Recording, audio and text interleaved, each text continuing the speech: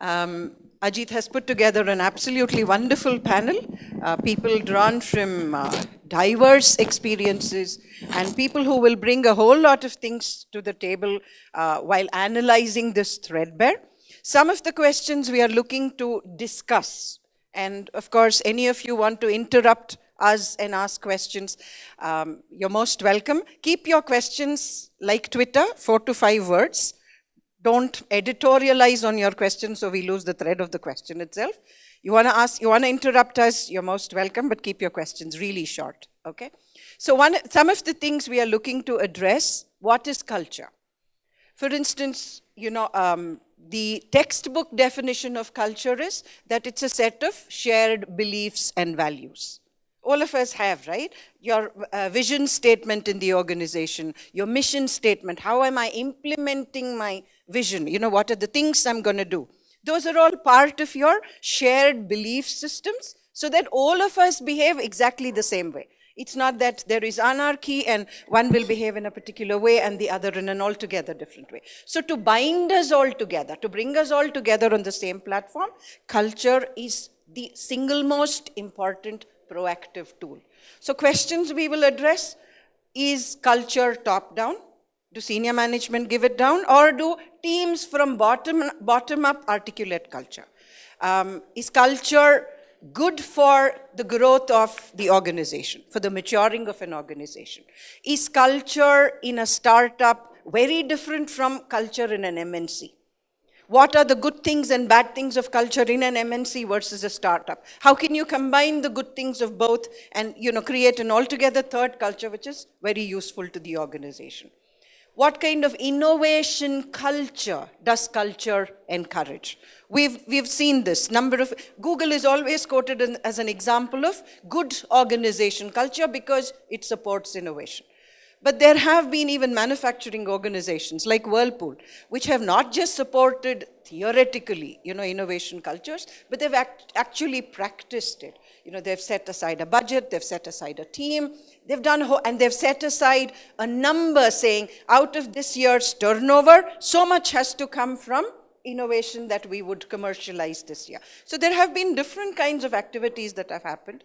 So from their experience, each one will share with you their own experience of organization culture, how it has hindered, how it has actually benefited, and why everybody talks of culture, because it can actually be a deal breaker for an organization. Okay, so I'm going to hand it over to the panel. Do you want me to call you one by one, or will you kind of mix and match and go? Okay, over to you. You can choose who wants to go first. Do you want? Okay, they want to do the sequence. No, not really. You can mix and match. I can start, and I'll be brief so that everybody gets enough time. Just before I start talking about the culture, and by the way, I'm being called into the panel, but I have never been a product manager, and I have never been into a startup myself. So given that context, I want to set the expectation right of the audience of, what I would talk and how you should take it. I will give you a context of, company like Intel. So I run the operations for Intel in India, and also I also have a fund that now invests in some of the strategic initiatives in India, and that is related to a little bit of a startup. So I don't run a startup, but I have some funds that go into the startup. So in that way, I'm a little bit closer to them. But if you really look in the context of an MNC like Intel, our whole foundation has been built on the idea of being an innovative company. We would not be surviving for last 50 years if the innovation was not the key within the DNA of every employee, every organization we have. But at the same time, the execution is equally important for a company like Intel, because if we don't execute and if we are just doing innovation, lot of people depend on and invest money based on the execution that we promise to the world. It is our customers, it is our OEMs, and so on and so forth, right? So these two things, the execution importance of execution and being innovative on the day-to-day basis or product-to-product basis, both are very, very important for us.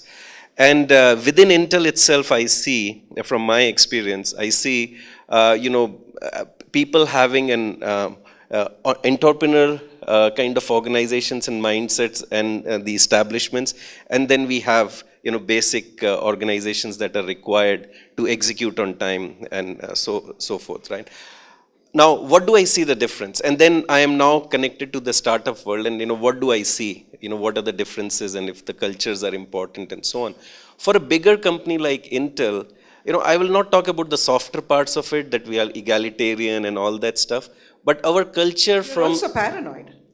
We are paranoid, yeah, that is part of our Andy Grove's culture. book you must have all read, right? Only the paranoid survive. Yeah, so that's where I was going to. So the higher part of our culture is, I think, is the following the Moore's law. That is the premise we have taken as part of the company and say, okay, Moore's law is what we are going to follow. Do you want to explain what Moore's law is? Yeah, so it's basically, in the layman terms, it's doubling the speed of our, the processing power in our products every 2 years, 18 months to 2 years. So every 18 months to 2 years, you provide 2x the efficiency in our processor to the customer, and then you just innovate on that premise. So whatever you have to do, you bring out your innovation so that you can apply Moore's law, and we have been applying it for last 45 years or so. So in my view, I think that's the cultural part of it, and our execution is based on that. And the innovations or the new ideas that we are bringing out into the market are also based on, the same, following the Moore's law. So, the cultural part, is very, very important, I feel, and you have to decide what you are picking as a cultural aspect within your organization. Is it a choice? Does the entrepreneur make a choice? Sorry, I'll come back to you in a minute. Amit, does an entrepreneur make a choice and say, this is the kind of culture I want in my organization? I agree. So culture forms up on its own, but the CEO or the founders, entrepreneurs have their way of thinking through things, right? So Culture forms on its own? Apne aap ho jata hai? See, it's like this. So let me give you an example, right? So Nolarity, for example, I work for Nolarity. I head the product there. Our culture is very simple. Keep customers happy and get shit done, right? Just to keep them happy, right? Our culture is get shit done, right? We don't worry about, hey, this is not my role, that is not my role, that should be a developer doing the job, or marketing should do this. I need to make my product successful. If it takes, I'll go and sell, right? My culture is to make sure our customers are happy, our people are happy, and that's what we found, right? It's an inherent quality of a person who comes into the company. Now, because our bosses, our management exhibits that culture, right? Our CEO exhibits that culture. He goes and fixes the code if required. Although we are a mid-sized startup now, he doesn't code on a daily basis, but he comments on architectures, right? But there's no inhibition about discussions. There is no departmental inquiries or whatever we call it, right? Departmental decisions. We just go and talk about it. We just solve a problem if we have a problem at hand. So we are a bunch of problem solvers.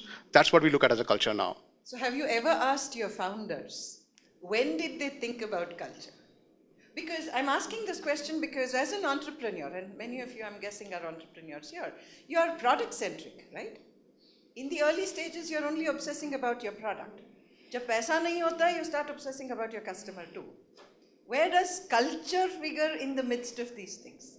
So at what point does an entrepreneur say, hey, now product is in place, customer also is kind of in place, now let me start worrying about culture. Or as Amit said, concurrently, culture also keeps happening. The moment you start ideating on the product, does culture also happen? So when I say culture forms on its own, right? So we obviously enforce values back into the system, right? So when the product actually, let's say when startups goes into the market for the first time, there's 5 people working together, doing everything. That is the time they're just saying, okay, let's do it, right? From that moment, when the 6th person comes in, he sees that CEO is not a CEO. He's actually going to the market doing himself, right? Everything himself, right? And he can do that. Then a product manager comes in, then a developer comes in, developer says, oh, this is not my boundaries, I can do more. When a company becomes 50 people or 100 people, that's where we say, hey, let's do some presentation on culture, right? What we enforce as a value, because then we don't want people to get lost. and form their opinions, hey, I can do everything. But we create it, but then we don't stop people from creating a culture, right? If a culture of a tech company is to innovate on technology, to give better architectures, to make automations, we don't stop it. But we simply say, hey, our boundaries are that we value integrity and honesty, right? We want to make sure that customers are always taken care of, right? We do not value revenue when customers are unhappy.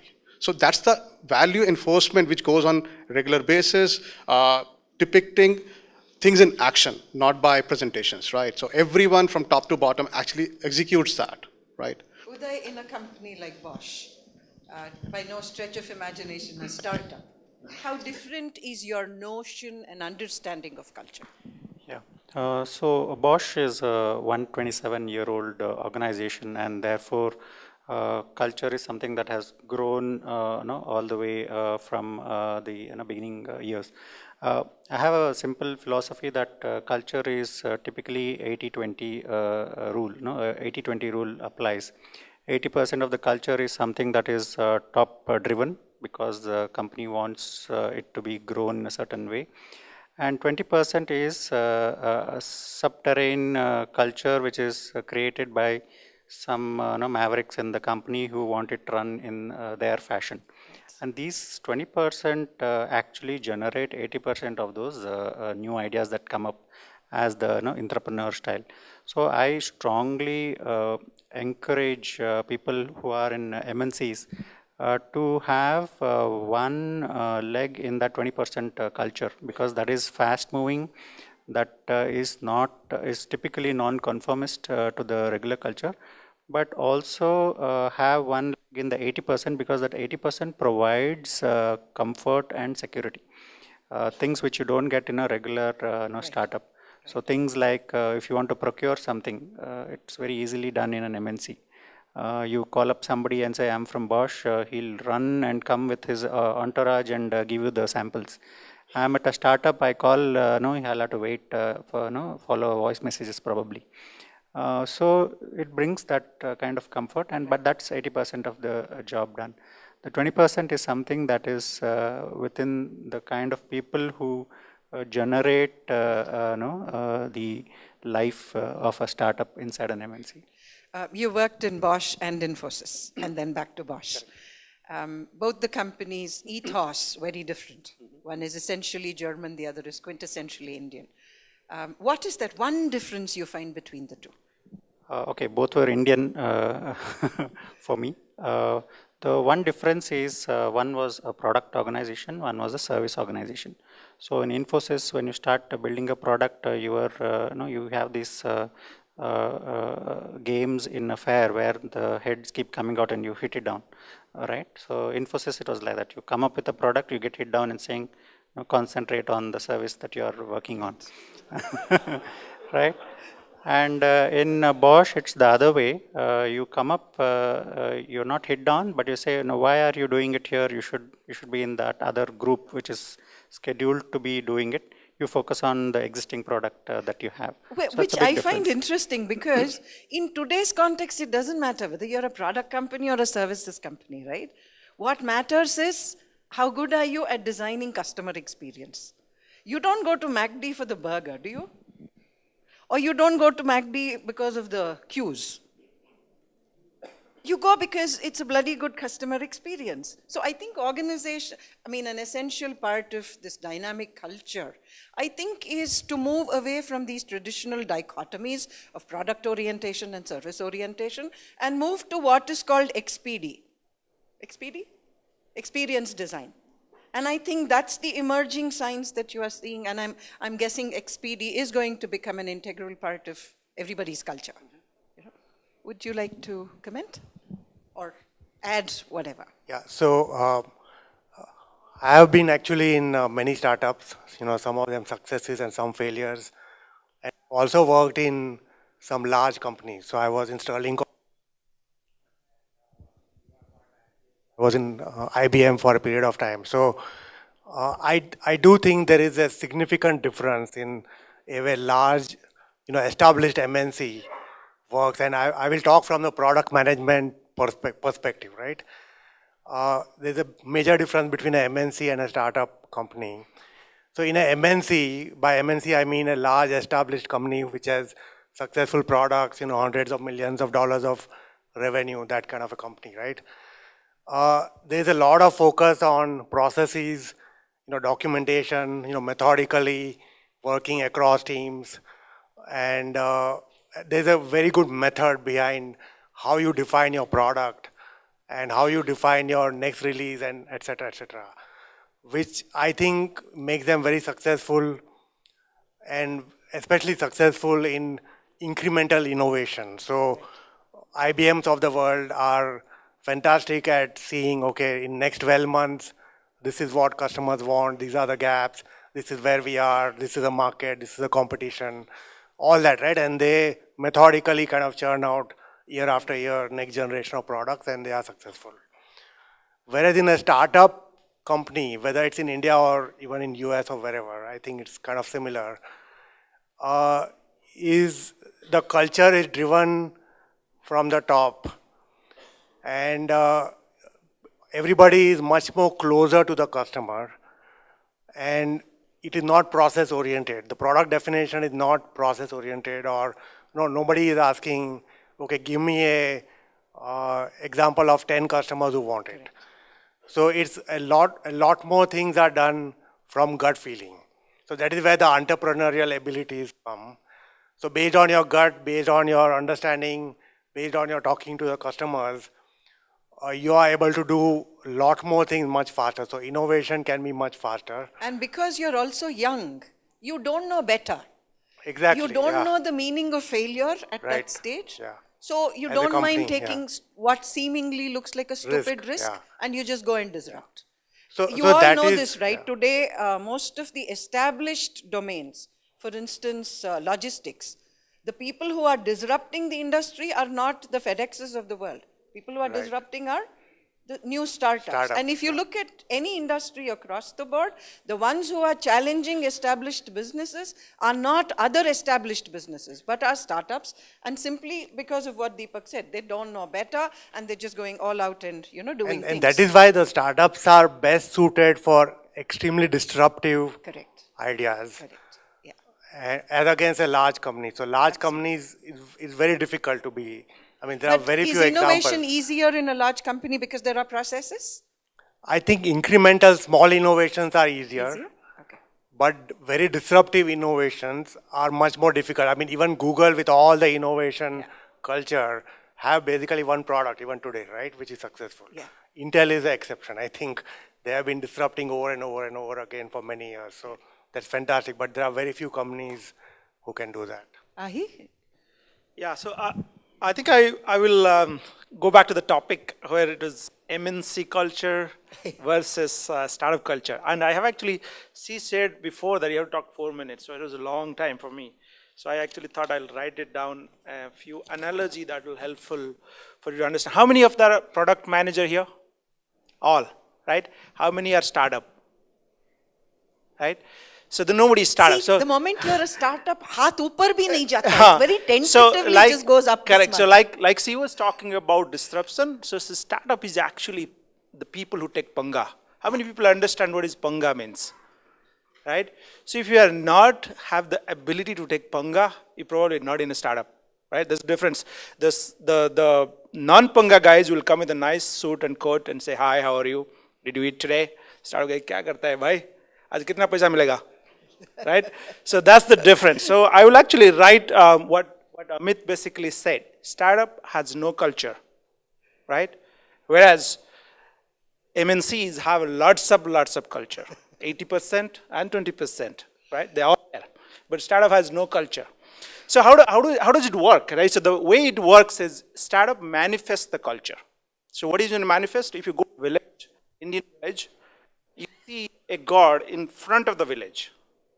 So the belief of God is manifested, that is basically the culture is expressed in the form of that goddess in the entry of the village. So startup basically manifested or manifests its culture through the people that basically combine them, right? Or the people that build that. Whereas MNCs brings culture from textbooks or bring culture from the people in the MNCs, and a management will structure it and will enforce the culture. this is our culture, we will follow this, and we will achieve this. That's the difference, right? I will take some time, right? So then there is a... If you take too much time, I'll interrupt. Yeah, I know. So you told 5 minutes. So bottom-up culture versus the top-down culture. That's the difference between the startup and this thing. The other thing that's a very fast iteration in a startup, whereas MNCs are very lengthy, 18 months. 18 months is like 20 years for me, right? Meaning, because for me, the years are shorter than 12 months, right? No prediction versus you. How many people are here heard about a word called infatuation? Anybody heard about a word called infatuation? It's a process that Professor Saraswati, University of Virginia, basically built out of after interviewing 45 experienced entrepreneurs. So it's a process of 4 things, right? Startup thinks in a non-predictive approach, whereas the non-effectual guys, which MNCs typically or MBAs for that matter, no offense. You know he's not MBA. So what does that mean? You start with a set of goals, and then you drive. You have a goal, you drive with whatever it takes to achieve that goal. Whereas the effectual guys start with a bunch of means and traverse the distance, right? So that says that no prediction means what is that? I'll actually take 1 minute to explain effectuation. I think very helpful. If you wanted to have an entrepreneurial mindset, it is very, very helpful. Bird on the hand, meaning what is there in my control today, I will do it now, right? The second is affordable loss. What I can afford to lose 100%, and I'm willing to lose it, I'm going to basically define that bracket of my affordable loss, right? Third is lemonade principle. That surprise that MNC is normally not very easy to adopt. So that when you see the nature, if today flood happen or cyclone happen, the farmers get very, very acquainted with that thing and basically adjust accordingly. So the lemonade in the US, when a guest comes surprisingly, they say, can I have some lemonade? So that's where it comes. Are you prepared to surprises and have a plan, but prepared to surprise and change the plan when the surprise happens? That's lemonade principle. The fourth is crazy quilt.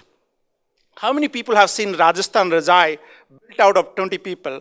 One Rajai that has 200 colors. So how did that get created? So startups creates that, right? It basically co-create the people that it work with or people are within and creates those crazy quilt that looks beautiful, right? So that's a crazy quilt principle in that thing. So the thing I want to close that with, is not working? Can't? Okay, my voice is louder probably. Okay, so there is another concept that I really like. Those old days, there is a Jajabar concept. I don't know how many people heard. So they actually go in a group to different cities, right? So Marwadis get created because of that, right? So they go actually different cities because Rajasthan doesn't have that other things. So they go different cities and take with all that stuff and they create business there, right? So startups are like that. They actually navigate, right? Instead of having a travel agent and planning it 6 months, what I'm going to do it in Europe, 6 months, what I'm going to do, they actually just go, right? And that's the difference between MNCs and startup. The other, I'll last. Come back to you in a minute? Yeah. No, that's half a minute. So the other last one that I wanted to say is Lagan versus Bajigar. Okay? You want to explain that later? Yeah, I think, because you're saying. We'll come back to you in a minute. So what are the good things we can take from an MNC startup culture that will form a good composite for product innovation? What do you think? He has beautifully outlined the difference between startup and MNC culture. So what would you think if you were to pick and choose? How would we go about it? Yeah. We'll have to all realize that an MNC... One thing that you would like to say is the major difference? Yeah, I think structure is very important. I think startups are very good at being very close to the customer. So I think that's a great takeaway for larger companies also to benefit from that angle. You're not getting that. You're not getting any chance right now. So I feel startups provide one basic thing called ability to take risk, right? I don't feel stupid doing anything. MNCs have that idea of like, let's do very big thing in 20 years or 10 years. Startups say, let's do it. Just finish it off. Either fail or succeed. I have a little bit of a different view. Actually, I don't see there is a good part within a startup or a bad part within a startup versus a good part in MNC or a bad part there.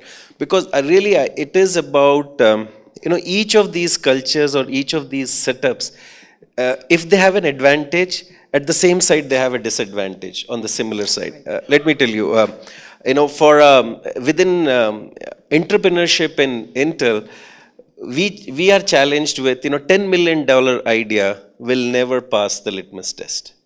Right? So this is a great, disadvantage, because if I go with a $10 million idea, I will never be able to get an investment. Whereas in the startup, it's $10 million is like, this is like, you can go and, do it for next 3 years.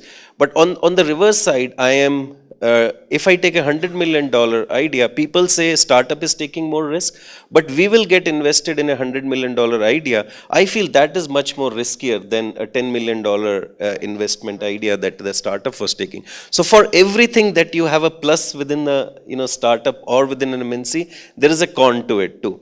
It all depends upon which market you are going, what is your product, what you want to do with it.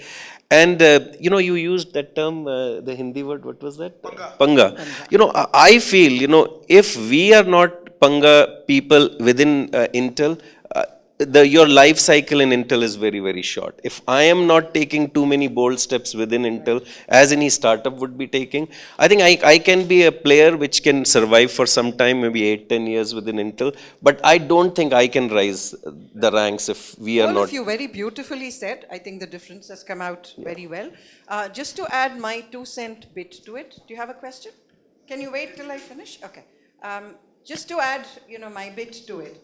I think the big difference between an MNC culture and a startup culture, and I'm saying this possibly because, I run a company where we mentor entrepreneurs. So we've mentored more than 2,000 entrepreneurs. So I've seen, this in various shades. So one of the, key things I think is, in an MNC, the attitude is product centricity. The attitude is, let's develop the product, put it out in the market, customer apne aap aa jayega. In the case of a startup culture, I think it's not so much product obsession as I want to create meaning. I want to fix a problem in society. I want to dispel pain, whatever, that is there in my customer. Therefore, I want to make my customer a co-conspirator in this whole exercise. And uske liye jo bhi product chahiye, let me go back to the drawing board, let me pull my team and, let us create a problem. So I think there is a huge shift in the approach itself. Maybe because large MNCs have this pressure in terms of product portfolio and startups do not have that kind of a pressure. I think when we talk of the word disruption, to my mind, it is an attitudinal disruption, that happens. And that I think essentially is the big difference between them. Somebody had a question?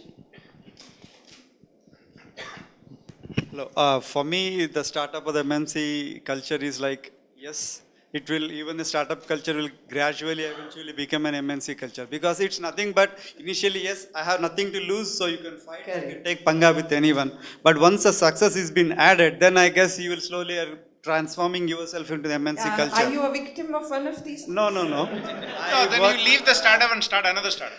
No. So it's I've closely, point. So I've worked with Bosch, same from Hruday Prabhu. But I would like to add one more point. What I see is, maybe it takes a bit time until we all agree upon to start a product or a concept. But I feel in an MNC company, you have all the equipment. Once you are okay with the point of the idea, then to come to the realization, because there will be faster tools and whatever the infrastructure. Right. And also I feel it mainly depends on the team and with whom you are closely associated, and that's where... Thank you. I'm going to throw... I think the best value, finally, you have to try to create best value for the customer. Right. And the best value to the customer gets when both of these MNCs and startups survive together. I don't think, just not having a startup MNCs, this monopoly and all that stuff can come in, and not having an MNC to support, what some of the startups can bring in. I think the best for the customer is if both of these survive and somehow work together. Yeah, another key thing is MNCs are also realizing that they become big like an elephant. Now they were a horse, now they're an elephant. So what they're doing is they're carving out little pieces of the organization and putting them outside the organization. Bosch, for example, has created a Bosch startup where they take a bunch of people and throw them out of the organization and said, okay, now you guys were talking so much, now show and prove it. And you will see that suddenly those are working like a startup. They do not have the backing of the big organization other than maybe funds, space, and maybe shared services and things like that. Now they have to show success, and they are isolated, they are closer to the customer, they are nimble, fleet-footed and all that. And so they are, so MNCs are also realizing that it's probably tough to create something within the organization and allow people to be very comfortable. So they're creating discomfort by moving those people out and giving them that freedom and allowing them a chance to succeed. One of my own personal experience in that space was 20 years I spent in the corporate sector. And everywhere that I worked was in a startup situation in a large MNC, like you said, okay? Either I was starting new countries or starting new product lines or I was starting new companies. So it was only a startup. So the excitement was always there, the adrenaline was always pumping very high. But when it came to benefits, I would never get the benefits because, arey, you're a startup. Paisa kahan hai? Get the money for. By the time revenue would start coming, my boss would move me to a new country, new company, new product line. So the excitement, I think, was what kept me going. So at one point, I remember I asked myself this question, is my skill set only to startup? If I'm put in a company like a Procter & Gamble or a Bosch, would I even know how to function for half a day? And I think my answer is, I think I'm good only at startups. I don't think I work well in established organizations. Shall we throw it open to the audience? Okay. Yeah. My issue is that why don't we bring in the lasting value of any company is the excellence that it builds into its products. Now, how does a startup adopt a strategy or a culture to build excellence into its products? The MNCs do it because they have been there. How does a startup adopt? Because we have plethora of startups. Everybody comes up with a new app for a calendar. Where is the excellence surge? Where is the culture of excellence? Do you want to take So, it back? yeah. So I do think that the best of the best startups are able to create that next generation products or experience. For example, Uber, right? Uber has done something that nobody has ever done. I mean, Google, when they were a startup, right, 15 years back, they completely disrupted the search. And it is not that at that time there were 5, 6 big search engines, right? So There was Alta Vista. And that. yeah, I mean, Yahoo was there. There were 5, 6, I mean, big ones, right? At that time, nobody thought that anybody else can even come in. But there, so like that, we have seen many examples. There is a, blogs, Bryn and Page's blog of early days, Yeah. where on their own Google search engine, Alta Vista was #1. And he blogs about it saying, how can this happen to Right, us? right. So yeah, but having said that, I understand what you're saying, which is that for a startup to do that, it's not easy. So there are thousands of startups and maybe there's one success. But having said that, startups are actually better positioned to do such disruption for the same reason that that is said at Intel, for example, a product will get even funded if there is a $100 million opportunity. But for a company like Intel or IBM, by the time they figure out what is the opportunity, they figure out what exactly the product should be, because an IBM will not make a product for one customer. A startup can say, okay, this customer is giving me a $100,000 contract, just go and do it, right? And then But find I the think next. This question was more to do with how do we build excellence into the DNA of a startup? Because I think we lose it over a period of time. Yeah, I think I like the concept of, again, the 80-20 rule. An MNC builds a certain element of structure in your way you think. How do I approach a problem? How do I dissect a problem? How do I come up with the solution? Startup gives you that rest 20% of speed, agility, risk taking, being brash, going and being in somebody's face and trying to solve problems. So if you have good structural elements to solve problems, identify problems, define problems, and then couple it with the raw ability of a startup, then you have a very powerful combination. Too much raw is not good, then you'll be fighting on the streets. Too much structure is not good because that will make you slow. So I think MNCs have built this over a long period of time, and so you can take some snippets, not all, some snippets of it. For example, you can't take too much of processes. Now, for example, in Bosch, we have a process for everything. So we also have a process on how to define a process. So you cannot do that in a startup. Take elements like how do you do failure mode analysis, how do you do problem analysis, but take speed from that of a startup. So that's Next my question. I was saying excellence more as an attitude. It's an attitude. So let me give you an example. Actually, I was in a situation like this. So I worked for a company called NDS, which got acquired by Cisco. It was $1 billion company and acquired it for $5 billion and all. Big company. I was just a small guy there. And I was leading a team just to create new products, like what you call Interrupt-Not. I did not know the term Interrupt-Not at that time. And I was trying to build something called in-car infotainment, trying to partner with Bosch. I was talking to Bosch guys, some of the Bosch management, all the guys sitting in India, in Bangalore, both of us. It took me 10 months to figure out how Bosch works and how we work, right? Of course, NDS got acquired by Cisco and it was all a large company. 10 months just to cross a PPT, right? And by the time Bosch, one of the guys, top guys said, yes, let's do it together, right? Management changed. And it was just so frustrating for me, like, hey, I want to just do something nice for the company, for people, right? What we were trying to bring was television to the car or in-car entertainment. Recently, I discovered there's a startup called Car IQ or some name in Pune, right? These guys have done it. I'm still figuring out what was there 5 years back, which I was trying to build, crossing the boundaries. So yes, he was right. Processes kill also. Startups don't have those processes. They don't have barriers in mind. They just do it because they have nothing to lose, right? Maybe. So that helps. That brings the attitude part of it. Maybe I have you nothing had to lose. something? You wanted to say something? Yeah, I was just trying to think about how to address your question. Though as I've said before, I've never run the startup, and I hate to advise where I don't have competency. But if I have to start a startup, one of the things I differ a little bit that culture gets created is, at least from the founders or the management point of view, there are few basics that have to be put in place which will create excellence, whether it is an excellence of your product, whether it is an excellence of your customers, the people that you deal with. And of course the overall culture will evolve and you will decide what's your law, whether it's a Moore's law or something else.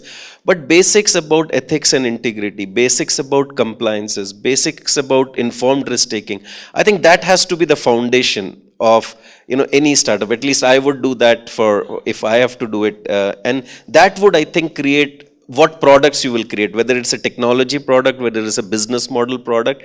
Excellence will only come when those basics are right, and I think that should be the grounding principle for a startup. The definition of excellence is when customers come back to you, not your products. Question. When this startup, when we are supposed to be stopping calling a startup as a startup, based on the culture or there is some other factors? We are talking the startup, we are talking the agencies, right? So when do you stop calling a startup Yes, a startup. Based on the culture, is there a fine line somewhere? And the second thing is like when the... One question. Yes. Thank you. Somebody would like to take that? I think, there are many ways to look at it, but I think one way is when it becomes a long-term sustainable business, like on their own, right? Their own cash flow, they are growing. I think I don't... raise your Series A funding. Because No. that's when a huge external injection of culture happens, when your investors come on board. And whatever nimble-footedness, disruptive thinking as an entrepreneur you may have had, will all go through a huge churn the moment you raise Series A funding. Okay, so I think the first attack on native culture happens when a new stakeholder like an investor comes on board, and not investor as an angel fund. Even with angel fund, thoda upar niche hota hai, but I think a huge dhamakedar impact happens, and not a very good one at that, when you raise series. Anytime you don't have more than 50% control of the company, you will have a culture. Okay, yep. Can I go? I have the mic. No, wait. Okay. Poor man did not pick up the mic, and he's, relying on his hand. I'm a practicing product manager in an MNC. Okay. And I'm fairly familiar with the challenges of doing disruptive innovation in an MNC. Coming back to the topic here, right? Startup versus MNC product management. I don't think we have focused enough on that topic. And culture obviously is one of the big parts of it. Understood. We have discussed it at length. But some thoughts, like you made a comment that at the end of it, I feel maybe I'm cut out only for startups. Maybe I'm cut out only for MNCs. What does it take to do the transition from being a product manager in a MNC to a startup? What are some key things which we need to learn or adopt? I would like to add a little bit on that. Right? I think I agree with the conversation so far has been just comparisons. Right here, we are in a group of product managers, or people wanting to be product managers in practice. I think somewhere there was the point about some people have that attitude, right, to take panga, and then there is some people may not have that the attitude not to take the panga, right? Maybe there was that. Thought process going to say, how do we define people, right? Each of us are made up in certain way. Of course, we learn along the way in our journey of life, but I think it is fair to say that some of us will habitually be ready to take challenges, on a continual basis, right? And then there are others who will want to do it in a structured way, right? I think Jitendra, from Intel, right? I think his thought process, has been continuously going through the process of, even if I want to create excellence, it needs to be a ground-up excellence, right? I think it will be good if we can spend a little time on that to then provoke amongst us, where do we line up? Just to clarify, the brief, I know it doesn't reflect in the title here. The brief the panel had from IPL was MNC versus startup culture. So the focus was, how does culture aid and abet product management or hinder product management, which is the reason the discussion has focused on that. Somebody's oversight, culture did not figure here. Okay, so it's not that we went off track. That's the brief the panel has had. Am I right, Ajit? Yeah, I think I do have a comment on what I think this is a very valid point both of them raised. So what I would say, there's a essence, regardless of, like Jitendra said, regardless of whether it's startup or MNC, it doesn't matter. As a product manager, you need to ask fundamental question: am I basically against something that status quo believes today? That's the panga means. Panga means I'm 200% disagreement with what is happening today in the market, or the way user is doing it, or the way that people are doing certain things. Once you have that, then the next question as a product manager to ask, am I set for creating that value? That if I have the ability, or my ecosystem within the MNC or my startup, are we equipped to create that value? And that value creation process is what is important, whether it is MNC or startup, that doesn't really matter. If you can do it in either environment, that's good. As a product manager, that's what you should be thinking. There is no need to transition. There is no need to transition from, who is forcing you to transition from startup, MNC to startup? No need. As long as you can create that value, if the MNC is not creating that environment to create that value, say them, okay, here is my paper, I'm going to create that value for you. Yeah? Someone like Bosch felt the need to create a small organization which should focus on innovation specialties. They were not able to do it, or found it hard to do it within their existing organization, right? So that speaks that there is something different you need to do, right? Yeah, yeah. If you see, I think about a week ago, Anand Mahindra, announced that they would set up incubators so that they could bring in startup culture into an old lugubrious organization like the Mahindras, right? Yeah. Yeah, I think the reason why an MNC starts to create these small groups is because your products as an MNC needs a certain amount of structure and process, because now you're already in the market, you're mass producing, so you have to worry about quality, liabilities and all the legal stuff. So that needs a certain structure, and so the organization grows in that fashion. And now you have again another seed growing there, and that seed will not get all the attention because now you have a quality team defined.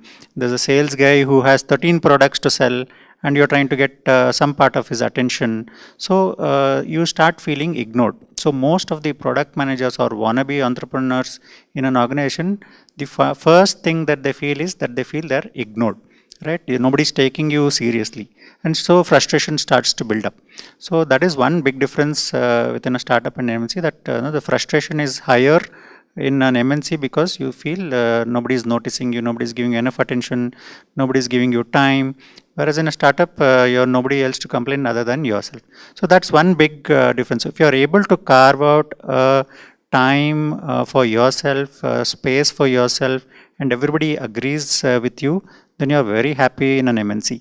But the moment Can we take this offline? Bigger discussion, we could take it offline. Did you want to add something to this? Yeah, I think I wanted to add that, we are a little bit getting confused, and not in this room, but outside also I hear that. Think of it, folks. There are only going to be in India million companies, or some million companies, like couple of million companies and so on. There are going to be 500 million people who are going to be employed. So if you are thinking only carving out a separate company or separate organization, that is the only way you can create value, then I think very few people will be able to do that. I feel, and I'm part of that billion people or 500 million people that are working in an organization on a daily basis, whether I'm a program manager, product manager, or a people manager, or a supply chain manager.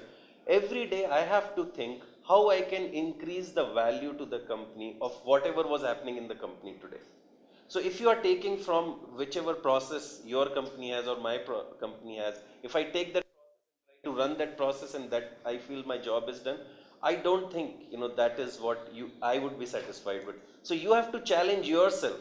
Don't wait for carving out of that new organization, or don't wait for when you will be ready to start a startup, then you will create a value. I think you can do it on a daily basis, that you have to create a mindset of how you create more value and challenge the status quo, as people were saying. May I request you for something? It's actually my job, but since I didn't have a pen and paper, I'm going to ask you to do it. Whilst I take a split second to wrap up, could each one of you give your takeaway from the things that each one of you has said? One takeaway, so that people can pull out their writing pads and pens and take it down and go back to the drawing board with those takeaways. Can we do that? Yeah, because I don't want it to be just a session where you listened, some of it registered, some of it didn't, and you went back.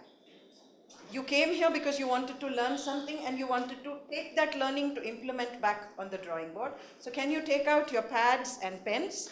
Each one will tell that one takeaway. So you've got, 1, 2, 3, 4. 4 plus 1, 5 takeaways. Yeah. Just wanted to wrap up whilst they are thinking by saying that, and I know what I'm going to say now is going to be hugely shocking. We were all brought up on a diet of customer risking. So therefore, listen to the customer. But if people had listened to customer, I think Facebook would not have happened. So more and more, you're moving towards a theory that customer is an idiot. He does not know what he wants. Therefore, give him what he does not even know he wants.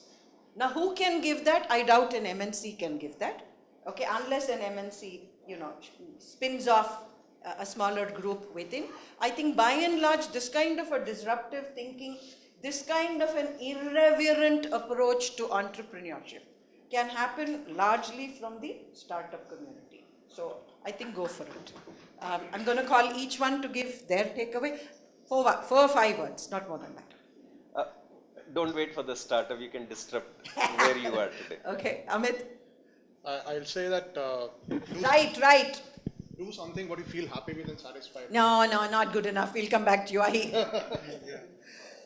So I think, have that hunger to create value regardless of where you are. Combine the best of both the worlds to create a significant value. Okay. True product manager doesn't work for an MNC or for a startup. He works for the product. So as long as he works for the product and brings it out, doesn't matter where you work. Wonderful. Amit? Okay, I'll sum up again. No, so I'll just say this way. The way I think of it is like frustration is good.